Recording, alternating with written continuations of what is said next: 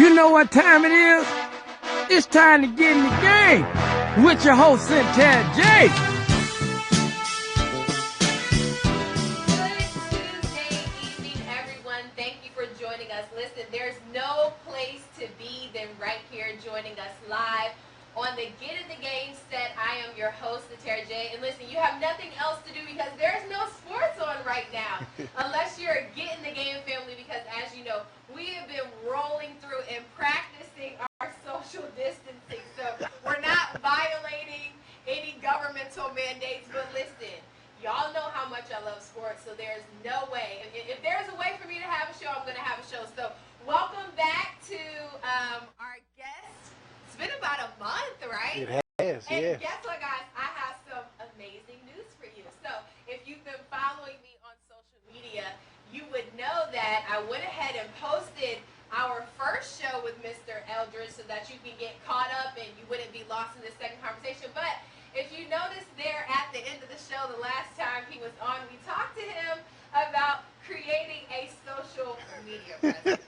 And I am pleased to announce that Mr. Eldridge has a LinkedIn account. So, of course, at the end of the show, we'll remind you guys how you can get in touch with him. But head on over to LinkedIn, send him a message, request him, and we are going to build up his Facebook presence after this show. We're talking about that off cusp. But listen, so many things have changed in the state of our economy since we last met. Right.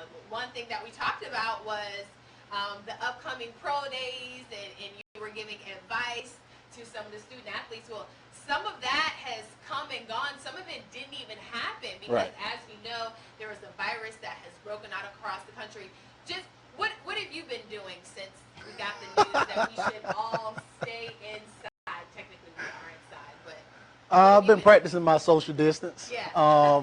Majority of the time remaining at home. My kids are at home now also. Have three little ones, 13, 10, 11 now. He just had a birthday. My 11-year-old Pierce and my daughter Lena, and my oldest is Nigel. So they're all at home doing homeschool. So assisting them there, working from home, trying to keep everything afloat for the most part, you know. Yeah. I think the most I've gotten out is probably to the park or maybe taking the dogs out for a little bit, and grocery shopping. Yeah. It's a continuum. We gotta eat. We gotta eat. Listen, how are you managing? Because one thing that I've enjoyed listening to people talk about is how everybody's home now. So the majority of people are not working, but the kids are home. Bread, milk, everything's going Cereal. back. Oh. So how is the Eldridge household managing all of that? Well, initially I've always had a free-for-all policy. Yeah. If they see it, they can eat it. I was fine with that. But now it's like, okay, circumstances have changed. We got to get some kind of rules in place. So almost 3 hots in a cot meal. Yeah. Breakfast, lunch, dinner, you can get a snack. That's it. Yeah. Stay out of the refrigerator. If a meal's not prepared, I don't want you in my refrigerator. Yes, yes. And that's a lot of what everybody is experiencing. How has anything changed for you as far as sports? Because being a former professional athlete, one thing that you guys, you know, kind of take pleasure in is enjoying sports in your downtime, in the down season. But now that nothing's on, how are you getting by? I can't get in the gym. Yeah, Oh. Yeah. So I've actually started back running. Because I hadn't ran in probably 2 or 3 years. I've got some herniated disc in my lower back, but I've started back running because I can't get in the gym. And I'm like, looking in the mirror, my physique's changing a little bit, and I don't like it. So actually getting back active there. Just as far as being able to watch sports on TV, it is driving me nuts. This is a down season, I mean, for most of us, because it's off season, so there's either more training, there's pro days going on, there's a draft that's coming up. So this is really the down season where a lot of us actually spend times with ourselves and start doing personal training, mentorship, and getting back on the field, developing our skill set alone. So now that we have these restrictions in place, it makes it a little bit more difficult. So you got to be creative. Yeah.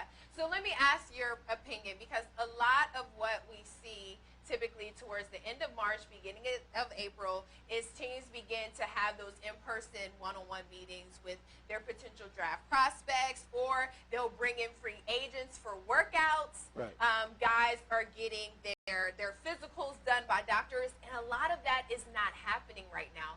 So from your perspective, having been in the league, still dealing with the NFL alumni, how is the league going to maneuver around all of this? It'll be tough. I think probably what it'll turn to is some of what they consider doc in the box, to where you actually have to provide either telecom to speak with doctors. As far as getting a physical done, that I'm sure that'll be done either in at-home basis or in a private facility. I don't think there'll be the continued social interaction that it was in mass, the way it's usually produced. So there'll be a lot of separation of personnel, and just the process itself, it'll be a lot more stringent than it was previously, because now it takes a little bit more time from a development perspective with all of the just social distances that we have to practice right now. So it's really taking a toll on the staff, along with those upcoming players too. Yeah, especially those, don't you think, who are recuperating from injuries? I mean, they can't necessarily get in the facility, get in touch with their equipment staff, their medical staff. So they're going to have to really kind of nurse themselves back to health on their own. Now, before we jump back into your story, which was more than exciting. I mean, so many people have been responding on YouTube to just how amazing your story was. Really quick, because I want to get your opinion on this, because you have experienced the free agency releasing waiver side. What was the most shocking transaction so far that you've seen happen in the NFL? Something that you weren't expecting to see, and then give your opinion of it. Well, since I'm a home team guy, I'll state the obvious. This is Calais Campbell. Yeah. Because of what he's done in the community here, the kind of upper echelon player he really is, just to see that decision being made. I mean, from an investment standpoint, they're looking to get more bang for their buck, but you can replace a body, but you can't replace that personality and that player, you know. Yeah. So he brought so much to the organization. It's tough to see him go. Will that bite them on the back end? More than likely. Yeah, you think so? Yeah. Okay. All right, so let's jump back into your story. So where we left off was you were getting ready to make the transition from being released by Tennessee. You were completely shocked. You were at home when you got the call by your agents, because the team actually contacted your agents. They didn't contact you. Right. And so the phone starts ringing, because now you're out on the waiver wire, and then what happens? So I get a call from Detroit. Mark Mayhew was the guy. I think he's actually the GM now, but he was player personnel then. He gave me a call and said, we've got a spot open. One of the guys, I think he was a 5th-round draft pick at linebacker, was injured, and they wanted me to have the opportunity to come in. So immediately start packing. Of course, the phone starts ringing again from everybody else, because the name goes back across the bottom line, and it's like, okay, he got picked up again. So headed to Detroit, get there. I actually had family there, so had an uncle and a couple cousins that were up in 7 Mile area. So made it to the campus, started physicals, went through the whole process as far as getting new equipment, going into what I consider to be the what did I call it last time? It was more of a tailor room, to where everything's tailor suited. Yeah. So being able to sit in there for a while and kind of get my bearings together. There was an hour difference in time for me. And then just understanding the playbook. So getting back in the grunt of things.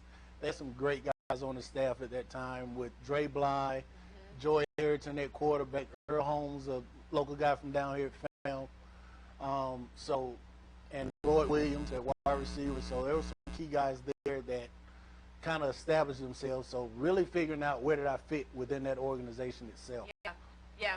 Tell me how you dealt with the up and down emotions, because it almost seems like, you can have a career that's like a roller coaster. Like, you're up one moment because you're on a squad, things are going well, you're fitting in with the team, you're becoming brothers with your teammates, get dropped, and you're kind of on the bottom of the roller coaster just for a minute, because as soon as your name goes out, your phone starts ringing again, then you're back up off to a new city. The emotions must be kind of crazy. It's a roller coaster. Yeah. I think what helped me balance was just staying grounded in God. I took a lot of time out for myself and really focused on my dad because he was sick at the time. So being able to spend quality time with him, having those conversations, just not taking life for granted overall. And me being a country boy, I'd fish, had horses, so we go horseback riding, just back in nature. Yeah. Separating myself from all of the noise and antics that went on in the background that really could have drove me to a place of depression, just trying to separate myself at the time and reestablish who I was. Yeah. So let's talk about your time in Detroit. So you got there during OTAs or training camp? During training camp. Okay. So you got there during training camp. So one thing that I've noticed being reported about training camp, it is like extremely grueling. Like from the time that you wake up to the time that you're allowed to go to bed. Just give us kind of a snippet. Because back when you were playing, there were, and they still do it now, there were a lot more padded practices. Maybe not as hot in Detroit for training camp as it would be in Florida. No, definitely not as hot. Not as hot, but still the grueling schedule. So kind of give us a day in the life of an athlete, a football player during training camp. So I probably get up about 5:30. Yeah. In the facilities by 6. We had meetings at 7:30, 8 o'clock where we watched film. So it was the previous practice, any kind of upcoming deliverables as far as playbook, new plays they were learning. So think about it, they were already in training camp. Right. So I'm playing catch up in the playbook. Right. So they're 2 or 3 weeks into the playbook, and here I am, the new guy on the block, trying to learn and play catch up so I can get some film time and have an opportunity to prove myself. From there, we go on the field for about 2 hours. Practice, it was still padded, but in a professional manner. So the rule that I had to learn as a rookie was that if you fell on the practice field, they pulled you. Yeah. Because they didn't want to take the risk of you falling and a player falling on you and it becoming a pile up and just continued injury. So you practice staying on your feet, you practice keeping each other healthy. And I think one of the key things along that path was just being a professional. You know, understanding that this is everybody's means and way of life. Yes. Not only yourself, but them and their family. So taking in consideration, taking care of one another as we continue to go through the day-to-day in and outs. So after a 2-hour practice, we'd have an hour lunch break, maybe an hour downtime in which either you were going to rehab, getting treatment, or you were in your playbook, and then you'd go back and repeat it all over again. So you pick back up, say 2 o'clock, back in the film room, back on the field at 3, probably done by 5, and then you had workouts. Yeah. So then you got to go back into the facility and go into the gym. Either you were doing kickboxing, weightlifting, there was a schedule. So everybody was on a set schedule till about 8:30, 9 o'clock. And then they release you for the night, in which you're going back to the hotel the majority of the time, or continue to go and get treatment. And that was just the day in and out of it. I mean, 5:30 wake up every day. A lot of people just stayed in the facility. We had air mattresses, or you bring a cot and just kind of camp out there because you wanted to show you were truly engaged in the being there and being a part of that unique dynasty, as well as just, you know, not missing a beat, letting everybody know that, you know, you did want to be a part of the organization. You did want to move forward with being one of the players chosen there, and if there was any way you could get an up on a person, you wanted to have that advantage. Yeah. So one thing you mentioned, let's just kind of pull out real quick and have this side conversation, because you mentioned something that's really interesting, and so I want to pick your brain on it. So we've seen the game change over the course of the past few years. We've seen rules change specifically, and we hear the NFL state that they are changing a lot of the rules to protect the players. Now, I've had the opportunity this past season to talk to some guys about, you know, changes on the field. From your perspective, when you talk about this being, you know, you guys' way of life, this is how you earn your paycheck. So even in practice, it's, hey, don't hurt your brother on the field because this is how he gets his paycheck. In your opinion, have a lot of the rules changed to really protect the player, or are we seeing a thing of it becoming more of an entertainment thing versus them really caring about the athlete? So I'll state the obvious here. I am am considered an old school player because the rules have changed. A lot. There was no targeting. There was no spearing when I was playing. You were taught to lead with your head because your body followed your head. So that was just, to me, best practice. I think right now where you see the game going, it is more about the fans. It's more about high scoring. It's more about getting the fans engaged in the game. So in order for that to happen, they had to switch the rules around. I don't think it's protective of the players at all, because if you think about the shoulder tackling, the mechanism of tackling with a isolated body part like your arm or your leg, a limb, versus your core, it really dictates the outcome of who's going to win that battle. And being on the defensive side of it, if I'm reaching out at you and I'm using a limb to tackle somebody that's running like a 4.2 or 4.4 speed and 230 or 240 pounds, this is not going to go well for me. So it's really not designed for the defense anymore. It's more of an offensive game. And that's why you see the spread offense coming into play too. So a lot more passing league, a lot more what I consider to be arm tackling, which gives the offensive player a lot more advantage. Now, okay, we're going to keep going because, you know, the defensive side of the ball is what has always fascinated me, because I grew up with the defensive end of a father. So growing up, the sound of helmets clashing, yes, it gives me chills right now, like eat the turf. But at the same time, then you have a brother who plays, so it's like, no, don't hit, don't tackle like that. I don't want him hurt. At all, okay? Because if that's the case, I'm coming out of the stands. But from a linebacker's perspective, how difficult is it to have to change the way you've been playing since you were 4, 5, 6 years old, especially when you've been seeing the Ray Lewises of the game, the Clay Matthews, hit in such a way that you've been trying to mimic them, and now the league says, no more leading with the head.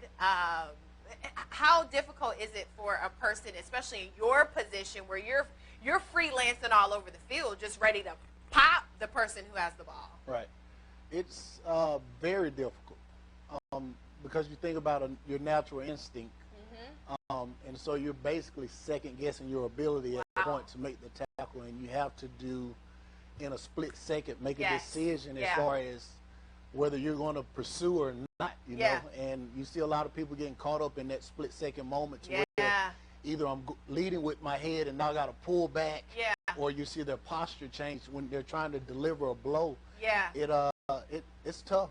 And that could also create increase in percentage for the person about to deliver the blow to get injured, right? Because when you're in, I mean, this game is happening faster than we can imagine. So when you have a running back running towards you and you're like, oh, my head's right here, I need to kind of turn my shoulder, he's Melvin Gordon, Alvin Kamara, right? They're coming through you at that point, correct? Absolutely. So now you put yourself in the position to be injured. Yep.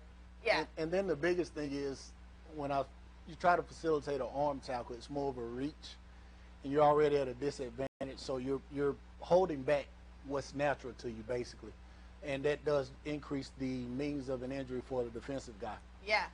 So for all you Jaguar fans who thought last year that the defense was missing a lot of tackles, I think Mr. Eldridge, I'm not making an excuse for the poor tackling. I'm just saying that he's given us a little insight to what it possibly could have been, that defensive player trying to readjust in the last moment, right? Okay, all right, so thank you for that. Let's jump back into your story. So you're in Detroit going through training camp. How does that season go for you? Make it to the final cut. Again, mentioned in my story, we talked about pink slips, and that was still the method there. Everything was pink slips.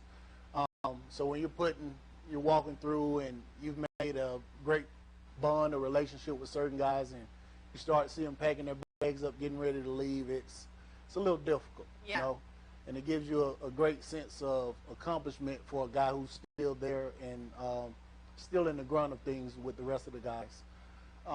It was an honor to be a part of that organization. They had probably 3 or 4 other linebackers who could have made the cut, but they chose me. So being able to go home and be a lion, you know, and say, hey, I made it, you know, made the final cut. And this is around the time a lot of scrutiny was around player parties. They had the big incident on the boat in Minnesota. There were a couple other engagements that were considered unethical or non-professional.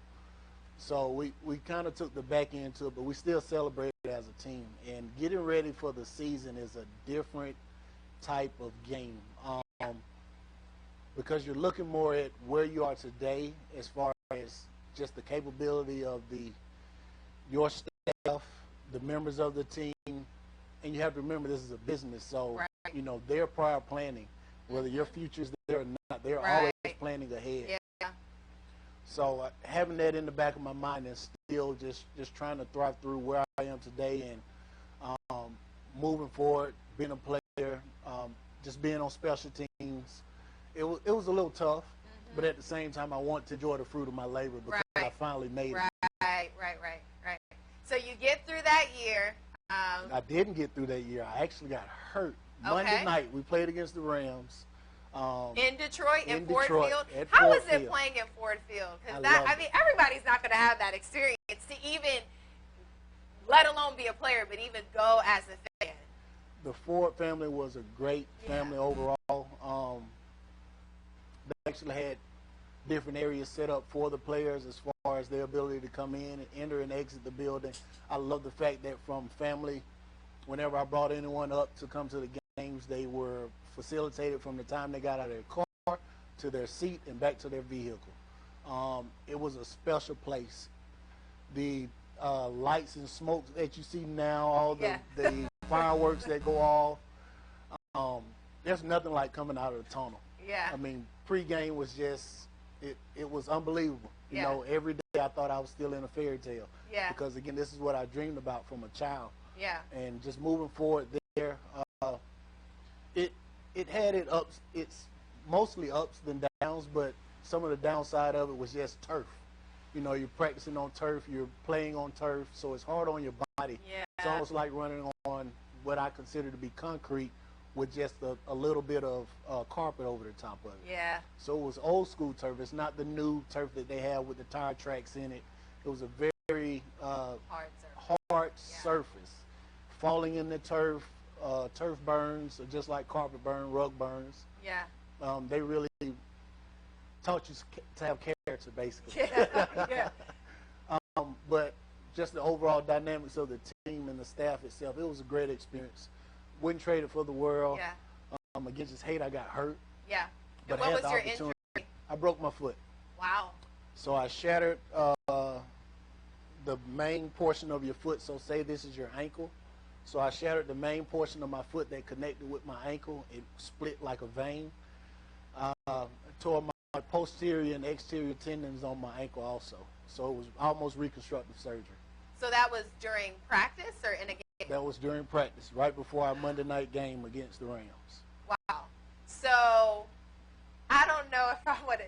So I don't want to say what does that feel like, but what goes through your mind because I mean I've heard it go both ways. Breaks feel different than tears. But you did a little bit of both. So you hit the turf. Do you automatically know at that point, like, I'm done? Like, do you feel the extent of the injury at that point? So I remember the play like yesterday. Wow. So there was a guy named Sean Rogers, Big Baby is who they called him. Big Sean Rogers. Big Sean Rogers. Plug up the middle, Sean Rogers. So there's a play in football that's called an ISO. And back then they had, dynamically was fullbacks in front of the tailback. So the fullback would lead into the first gap between the center and the guard. And the linebacker's responsibility was to meet the fullback in the hole and make the running back change directions, basically. So I'm running into this fullback, and Sean Rogers steps and falls on my ankle. And I hear it pop instantly. And I knew something was wrong. But knee-jerk reaction, I jumped up. I got up, didn't lay on the ground again, because like I told you, if you're falling in football and in a professional manner, at practice, it's a big no-no. So it's like, okay, get up. So I get up, come off the field, and I just knew it wasn't right. It You was walked off the field. I walked off the field. Okay. Interesting. Within a 24-hour time frame, my ankle was the size of my thigh. Instant swelling. Wow. MRI, complete tear. Came back to Birmingham, rehab with Dr. Andrews, Okay. which is We know one of Dr. the primary Andrews. doctors Yep. down in Birmingham, Alabama, back at UAB again. Yep. So I'm back down there with them. And So does the team send you immediately off? Like, why didn't you stay at the facility? the team sent me off. Okay. So basically, They send you to Dr. Andrews. Initially, we had a team physician there who saw me, and I had my MRI there, and he told me it was broken, and he asked me I could actually rehab and facilitate it there, or I could go home, because being a guy from Alabama, I'm back at UAB, which was one of the higher upscale places you could go for any rehabilitation at that point. So I went back home and rehab. Yeah, and you're how old at this time? 24. Yeah. So walk us through the moment where you're packing up your things, because you have to leave the facility. You're getting on a plane. Is your phone ringing? Is your agent calling? Family members? What's going on? Everybody's calling. Yeah. I couldn't really pack up and take my stuff on my own, so a lot of stuff was shipped back to me. Talking to Mark Mayhew at Player Personnel, he told me, he said, hey, just get well. We'll talk about it afterwards. I'll be checking on you. Yeah. So I go home, schedule my surgery, started heating ice in my foot, trying to keep the swelling off of it, taking a couple pain medications at the time. Everybody's calling asking what's next. Yeah. So I just basically stopped answering my phone because, you know, it was hard enough that I had to deal with the reality, but to keep being reminded about it was something different. So who's around you during this time? Does your agent come in? Is your family support there? Who is helping you rehab? My agent came in, my mom came up, my girlfriend at the time was there, so, and she was still in school, so we all just kind of roundabout and made sure I made it to the facility, because I was still going up to Andrew's place prior to the surgery, just getting stem therapy on it, cell therapy on it, still doing ice, cold compressions. Actually got to take a boot home, so I did that at home as well. And just waiting on the day to have the final call as far as getting the surgery. And after I had the surgery done by Dr. Andrews, it was a long process. It took about 9 months to recover from it. Yeah. So after the surgery, does Dr. Andrews give you any insight on your football career at that point? He told me it was something I could recover from. Okay.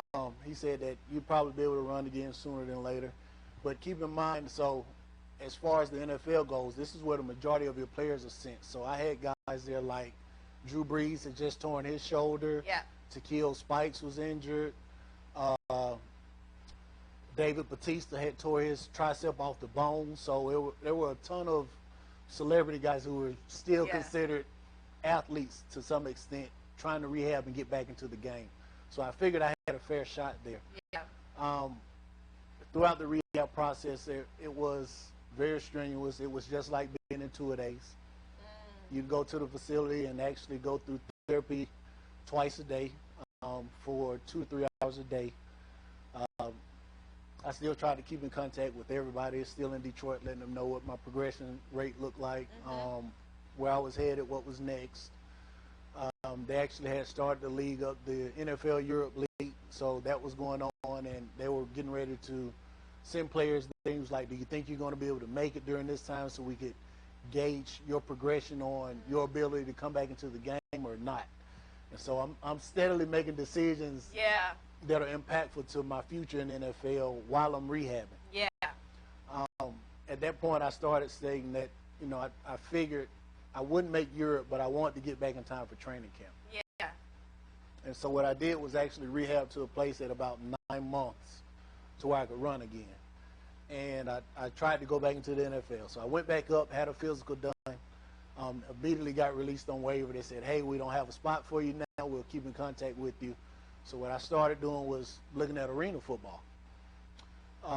Did you pass your physical, though? I did. Okay. Passed my So physical. you were back up to par. Rehab went well. Things are going well. So at this point, you're just kind of focused on getting back to football in the game, shape. figuring out what kind of football, what does that look like, football shape, how far out of shape am I, getting back in pads, getting used to hitting, putting pressure on my ankle, getting the confidence back and being able to play again as just as a man in general, because, you know, if anybody tells you about injuries, once that happens, you second guess yourself, you know, and your ability at that point. So it's getting that trust factor back in play for myself to be able to go out and perform at a professional level again.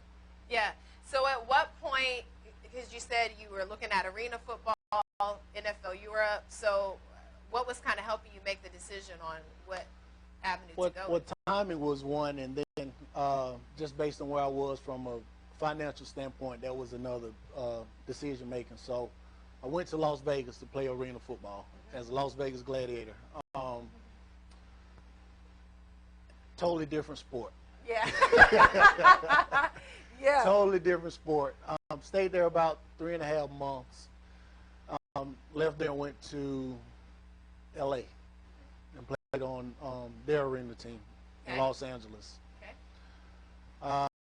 Same thing. I just thought it would be different to get a chance to go to LA, and the game wasn't what it was. I had my first son at the time, so it was time to say goodbye to the game. I had to let it go, and that was a struggle in itself to just walk away from it, you know.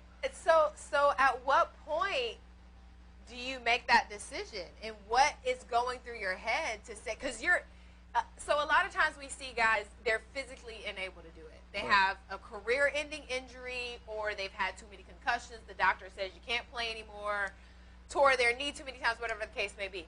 You were physically still able to perform at a high level, it sounds like. So how do you walk away from the game at that point?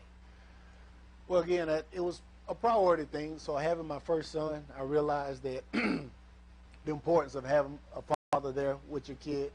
And my heart really hadn't been in it since I got hurt. So just making a decision with myself once I realized that I needed film to get back into the NFL, the journey and the self-centered that I'd have to be at that point as an athlete just really changed the dynamics of my life, because I knew at some point I had to let it go anyway, and it was either now or never. Either I would suffer or my family would suffer from it. So it was a decision point that I had to make for myself and the betterment of my family. When you look back on it, did you quit? I did. Yeah, I walked away from it. I quit. The game didn't leave me. I left the game.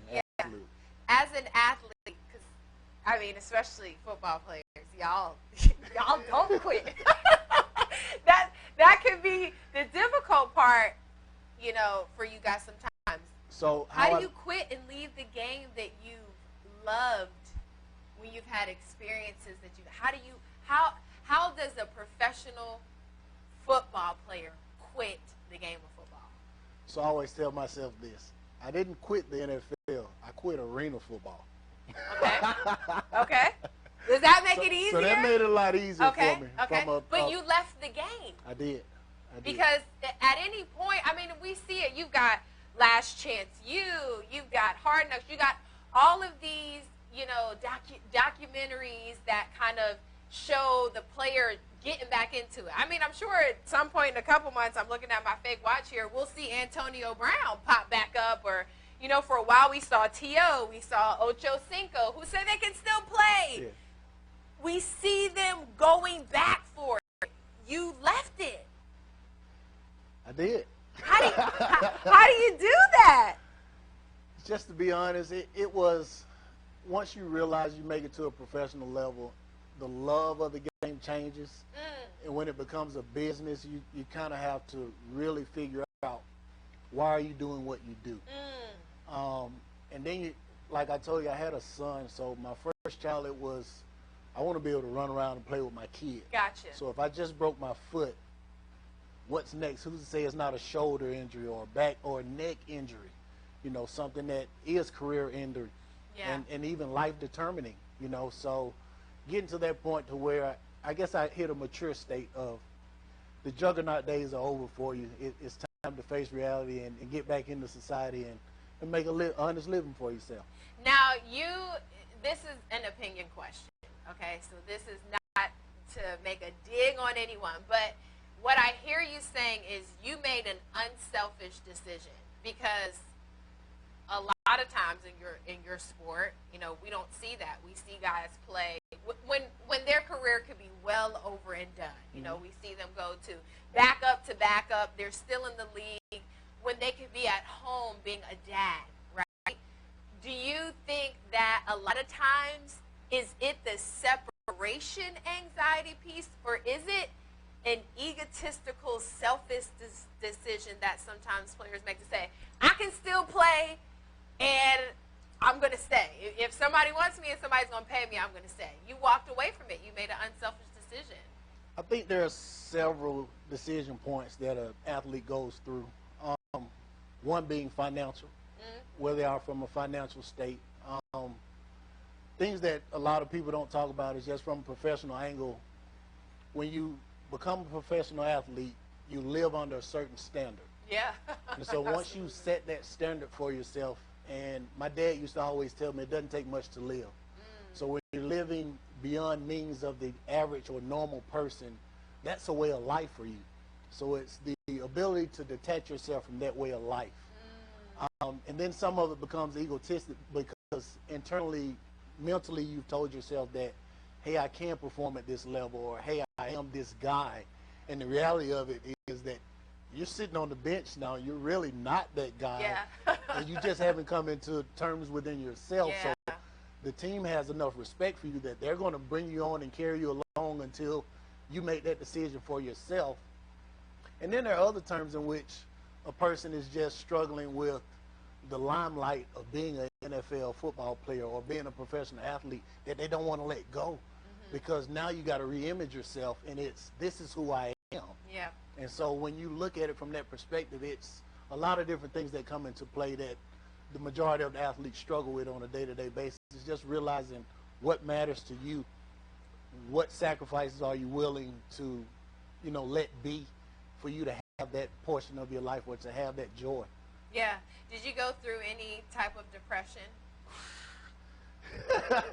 So I went from about 245 pounds to about 220 my first year out of not playing because I didn't watch it. I didn't go to any football games. It was I didn't even play the video game anymore. It was a very depressed place for me to be. I got tired of people asking me about it. I didn't even want to be known as an NFL player or a football player at all because I felt like that's who people thought I was. And, you know, and those are one of the struggles that I think people that are coming away from the game don't want to face. Yeah. So it's it was a tough battle. I had a lot of great people in my corner. Again, I mentioned to you my faith in Christ, so just staying uplifted there and just knowing that at the end of the day, you know, I determined along with God who I am and who I'm going to be. It wasn't football that made me. I made the game what I wanted it to be for me. That's awesome. So, did you have a plan after football was over? And if so, what was the plan? So I went down a couple streams here. My dad had just retired from the military, and he just retired from the Department of Corrections. So I was actually a level 6 correctional officer for about 4 months. Wow. And being in that state, I almost felt institutionalized. You know, going into a facility, working 16-hour shifts. You're in a prison more than you're at home. So, you know, it started to, and being a sociology major, it started to take a toll on my thought process. And it was unhealthy. So I stepped away from that. And my dad said, hey, just try the military. So I go and take the ASVAB test, score off the charts, so you can pick your job. And I start to think about what I have my degree in, what I want to do. And I had the option of going in as an officer, but being an officer, you had to dedicate at least 10 years. And here I am at 23 years old. I'm like, I'm not even going to guarantee my wife at the time tomorrow. You want me to get an Army 10 years? Like, no, that's just not going to work. So I didn't go that route. I went in as a enlistee. I joined the military, and I was a signal support specialist, so I went into IT. Okay. Served my country proudly on active duty for about 5 years. Thank you. And then I went into the reserve for 2 years. And throughout the deployments, throughout learning more about who I was in specific, I knew that the Army wasn't a long-term goal for me. It was a stepping stone. And I used it just for that. As far as going back to school, continuing my education, I picked up some certifications, and it set a platform for me. I got out of the military in 2012 and moved down here to Jacksonville, Florida. I was stationed up in New York, Fort Drum, New York. Thank God you're not in New York now. Woo! I know, you're right. No offense, New Yorkers. So I get down here, and it's like recreating myself again. So I go from the Army back in the civilian world, and it's, okay, who's Nigel? And this guy, Larry Augustine, called me and said, hey, I read your story. Not I saw your resume. I read your story. I heard about you. And what was he referring to? The dynamics of me going from a professional athlete into the military. So he was intrigued with me. And so he brought me in and said, I got this job for you, but I don't want to talk about that. I want to talk about you. Wow.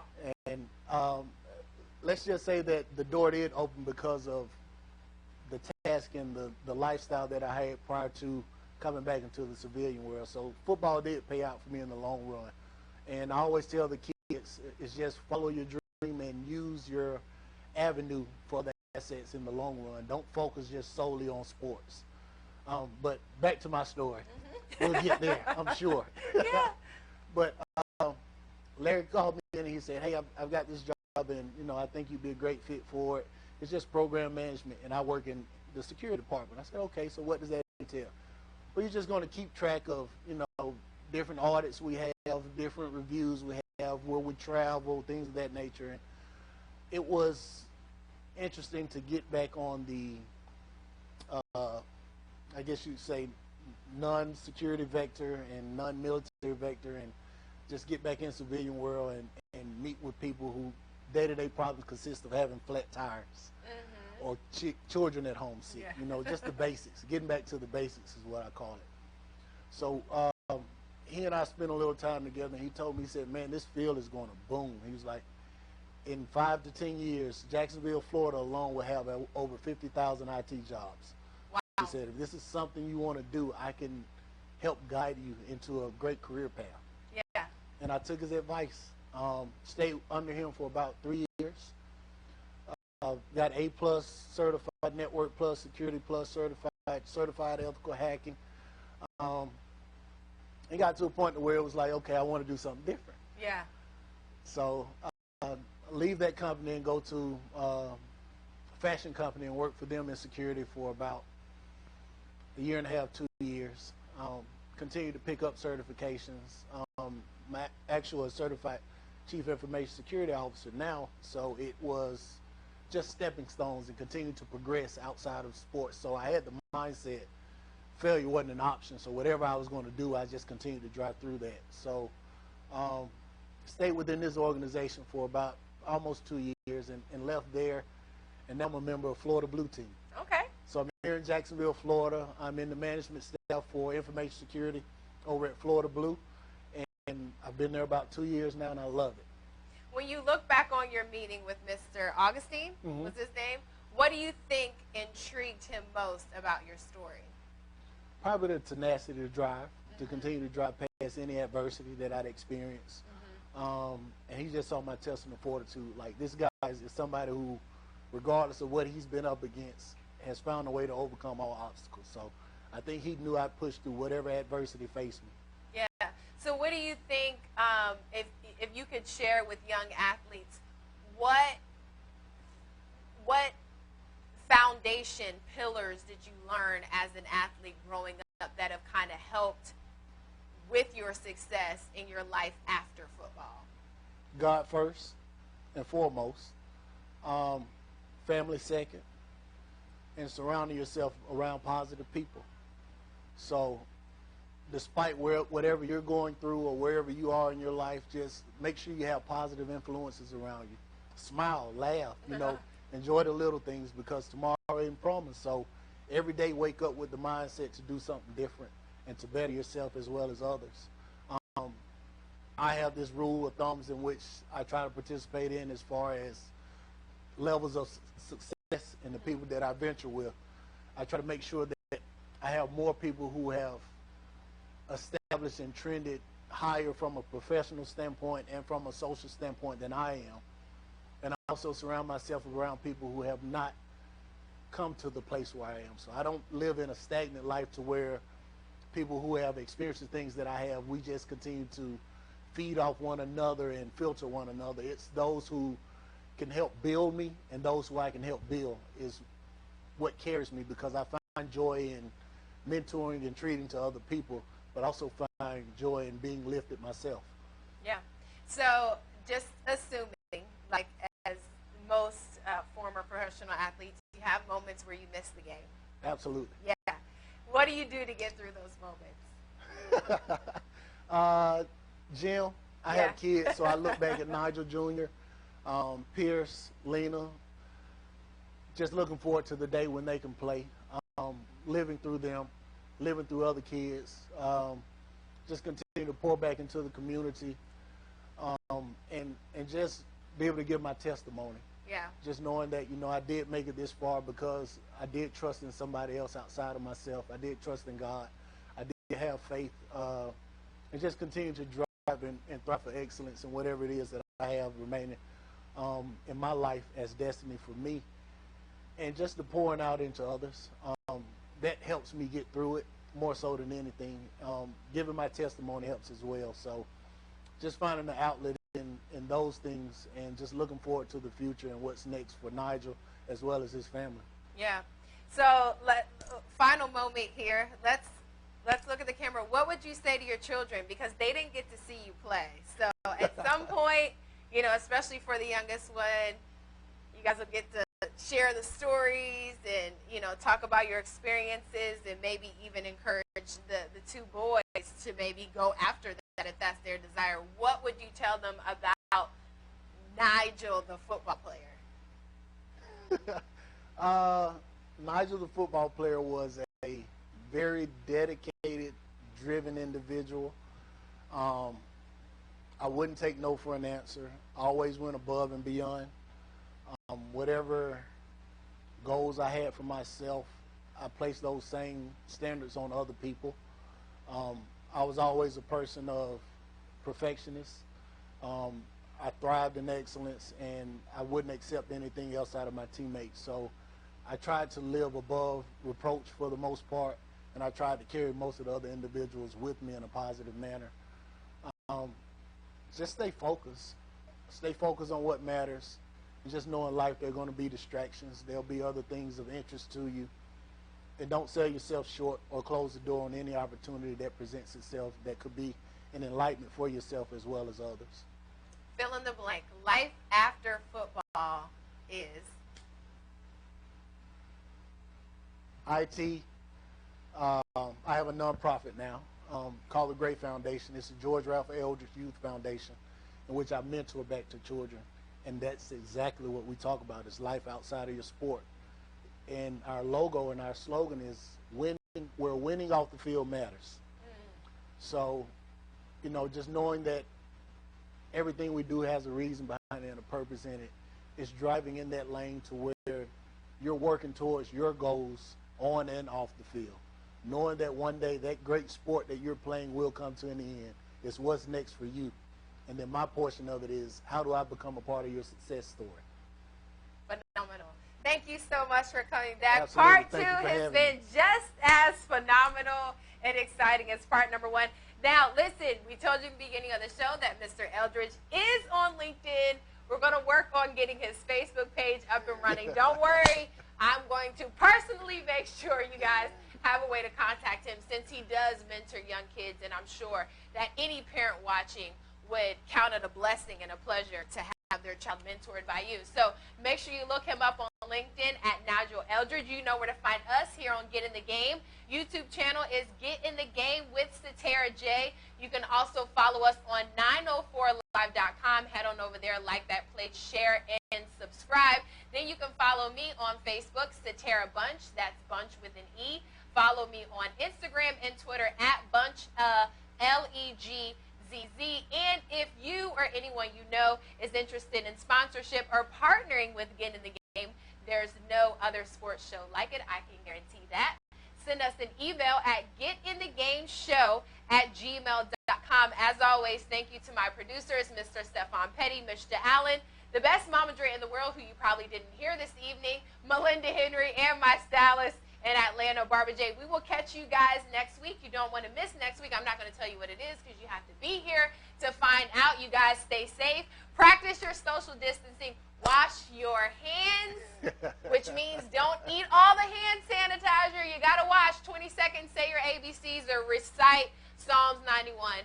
And we'll see you guys next week. Have a great evening.